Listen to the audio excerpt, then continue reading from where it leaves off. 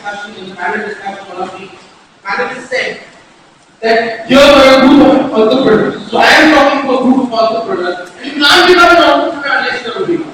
So today, I am talking to winners, and I am going to talk about winners. And from there, maybe you know everything, you may not know everything. So whatever you know, you can take. Whatever you don't know, you can also take. You can relate yourself to this program. So to start with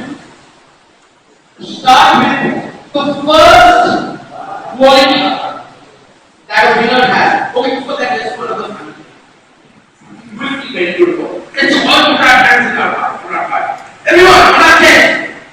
Everyone, and everybody has to participate. And you have to repeat with me loudly. I am happy. I am happy. I am loved. I am loved. I am blessed. I am blessed. I am happy. I am happy. I am loved. I am loved. I am blessed. I am blessed. I am happy. I am happy. I am loved. I am loved. I am blessed. I am blessed. Bangla জানেন অনেকে কি এখানে সবাই জানে